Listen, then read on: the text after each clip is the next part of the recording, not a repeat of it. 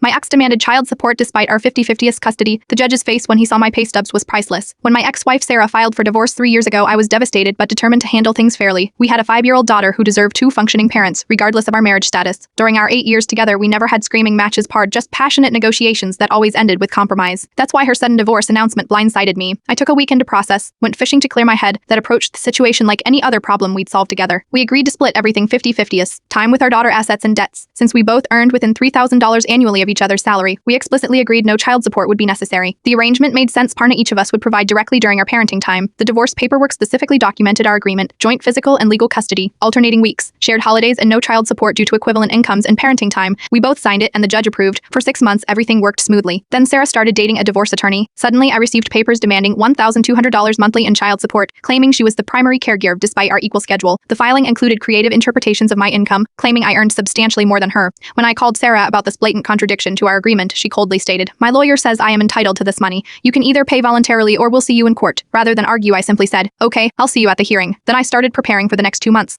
I meticulously documented everything, every minute of parenting time, exactly 50-50th, every expense I covered for our daughter, and complete financial records from the past 3 years. I organized it all in a binder with color-coded tabs, including our original divorce agreement highlighting the no support clause. On court day, Sarah and her attorney arrived with confident smiles. I came alone with my binder. Her attorney spoke first, painting me as an uninvolved father who should contribute more financially since Sarah was doing the majority of parenting work. They requested retroactive support plus ongoing monthly payments. When my turn came, I simply handed the judge my binder and said, "Your Honor, I'd like to direct your attention to tabs 3 and 4, showing our identical parenting schedules, and tab 7, documenting our nearly identical incomes." The judge reviewed the materials silently. His expression shifted from neutral to confused to barely concealed annoyance. He looked directly at Sarah's attorney. "Counselor, are you aware that these parents have court-ordered 50-50th physical custody?" "Yes, but Your Honor, and are you aware that in this state, when parents share equal custody and have comparable incomes, child support is typically not awarded? We believe special circumstances." "What special circumstances?" "This documentation shows both parents earning within 5% of each other, both actively involved, both covering expenses during their parenting time." Sarah's attorney stammered while the judge continued reviewing my binder. Finally, he looked up. "Motion for child support denied. For tomorrow, I am ordering the petitioner to pay the respondent's court cost for this unnecessary proceeding." Outside the courtroom, Sarah's attorney hurried away while she confronted me. "You made me look like a greedy liar in there." I shrugged. "I just showed up with the truth. You did the rest yourself." "Last week," Sarah suggested we renegotiate our co-parenting agreement. I politely declined, mentioning I've kept the binder updated just in case. Sometimes saying nothing and being prepared speaks volumes more than any argument could.